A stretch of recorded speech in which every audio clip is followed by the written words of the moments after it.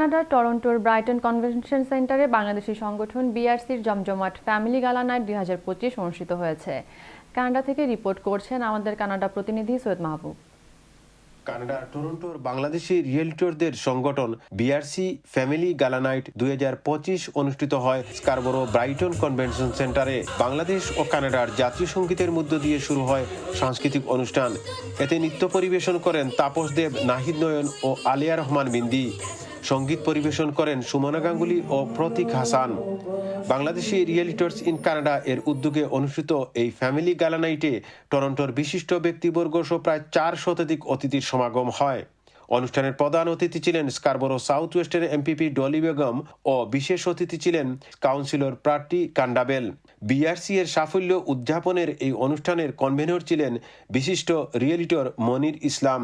সমগ্র এই অনুষ্ঠানটির একমাত্র স্পন্সর ছিলেন ব্যারিস্টার সূর্য চক্রবর্তী।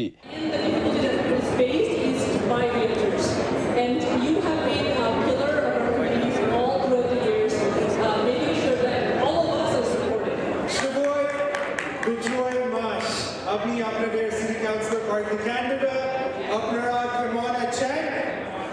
ভালো? আমিও অনেক ভালো আছি।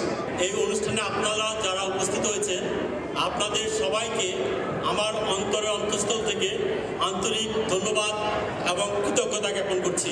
সকলকে আমি আমার অন্তরের অন্তঃস্থল থেকে শ্রদ্ধা এবং শুভেচ্ছা জানাচ্ছি।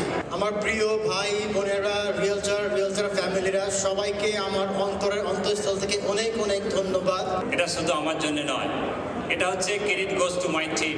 I would love to invite my team. আগামী 2 বছরের জন্য 5 জন ডাইরেক্টর নির্বাচিত হন। তারা হলেন মনির ইসলাম, হিশাম চিশতি, শঙ্কর দে, জামান ভুইয়া এবং নুরুল ইসলাম। অনুষ্ঠানটির উপস্থাপনায় ছিলেন অজন্তা চৌধুরী। কানাডা থেকে সৈয়দ মাহবুব, চ্যানেলস নিউজ।